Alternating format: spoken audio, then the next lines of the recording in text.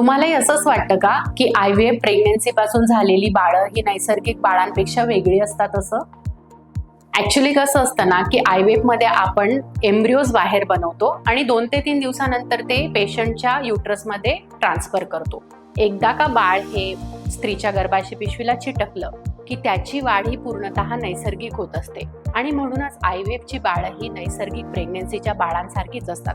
ती पूर्णतः आईच्या रक्तावर पोषित होत असतात आणि त्यांची वाढ देखील टप्प्याटप्प्याने समान होत असते.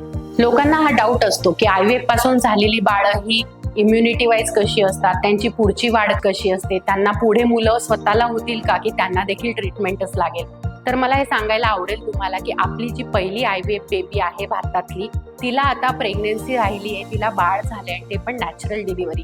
तर IVF पासून होणारी बाळं ही पूर्णतः नॉर्मल बाळांसारखीच असतात. त्यांच्या वाढीमध्ये, त्यांच्या इम्युनिटीमध्ये, त्यांच्या बौद्धिक क्षमतेमध्ये आणि त्यांच्या रिप्रोडक्टिव्ह क्षमतेमध्ये कोणत्याही प्रकारचा फरक नसतो. तेव्हा नक्कीच या टेक्नॉलॉजीला तुम्ही एक वरदान म्हणून बघा, त्याच्यावर शंका घेऊ नका.